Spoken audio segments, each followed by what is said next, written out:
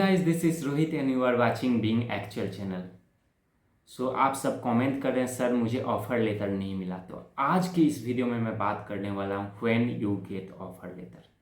आपको कब offer letter companies provide करती है, आपके अंदर क्या स्किल्स होना ज़रूरी है, आपके अंदर क्या क्वालिटीज़ क्या क्वालिफिकेशन होना ज़रूरी है, जो रीजन से आपको एक ऑफर लेटर प्रोवाइड करती है कंपनीज।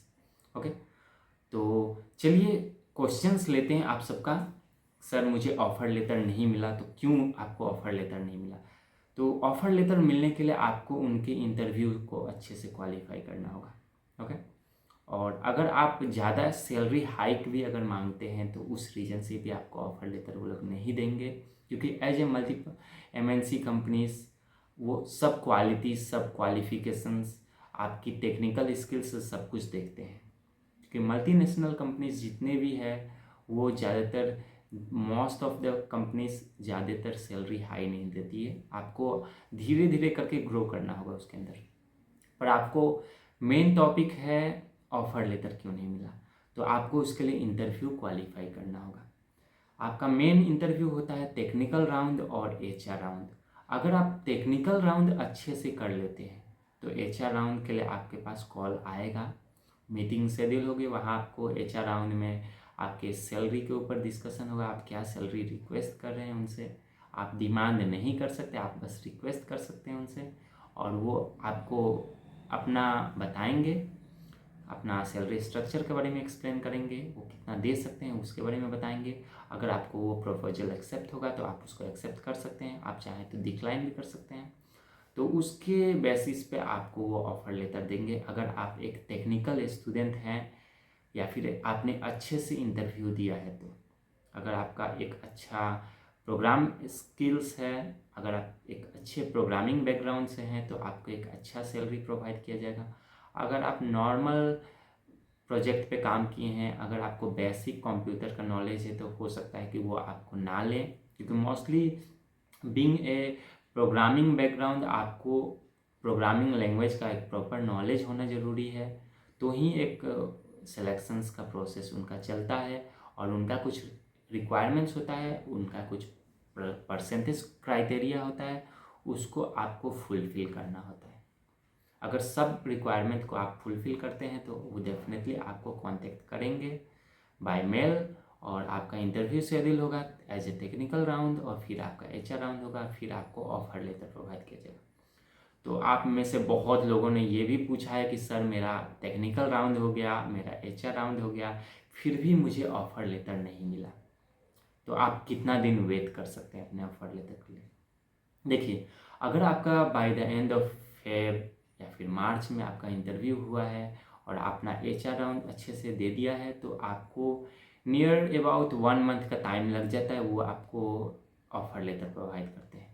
ओके, पर आपको सिलेक्शन मेल ज़रूर मिल जाएगा। आप अपना मेल चेक करते रहिए, आपको मेल में ज़रूर नोटिफाई किया जाएगा कि आप सेलेक्ट हो चुके हैं, और by the sequence by the process वो धीरे धीरे आपको ज्वाइन करा लेंगे। इन द सेंस आपको मेल करेंगे, आपको ऑफर लेटर प्रोवाइड करेंगे। और देखिए, बहुत सारे लोग होते हैं, एट द सेम टाइम सबको वो लोग नहीं कांटेक्ट करते हैं, तो मोस्टली वो एक क्यू के फॉर्म में चलता है, जिसमें कुछ नंबर ऑफ स्टूडेंट्स को पहले सेलेक्ट करते हैं, फिर वो प्रोसेस ऐसे ही बढ़ते जाता है, और फिर ज़्यादातर स्टूडेंट को ऑन बोर्ड किया जाता है। एक बार में सब स्टूडेंट को ऑन बोर्ड नहीं किया जाता है।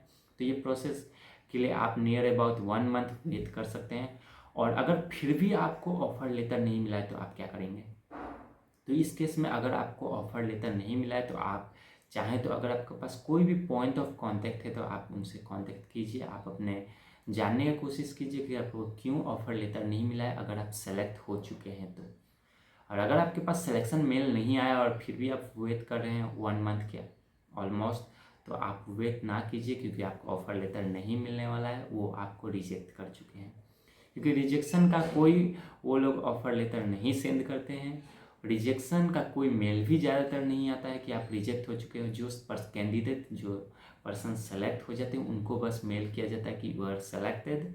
ओके, और वो कब तक आपको ऑनबोर्ड करेंगे ये भी इन्फॉर्म करते हैं वो। ओके, और आपको फिर अपना डॉक्यूमेंट्स को रेडी कर लेना है, और आप धीरे धीरे बाय 1 मंथ आपको ऑफर लेटर प्रोवाइड कर देगा, बाय द नेक्स्ट मंथ आपको ऑन बोर्ड करने का मौका मिल जाएगा। ओके, पर अगर बहुत सारे रिक्वायरमेंट्स फुल हो चुका है और ज़्यादातर रिक्वायरमेंट्स नहीं है, तो उस केस में वो लोग क्या करते हैं, 3-4 मंथ्स का डिले कर देते हैं।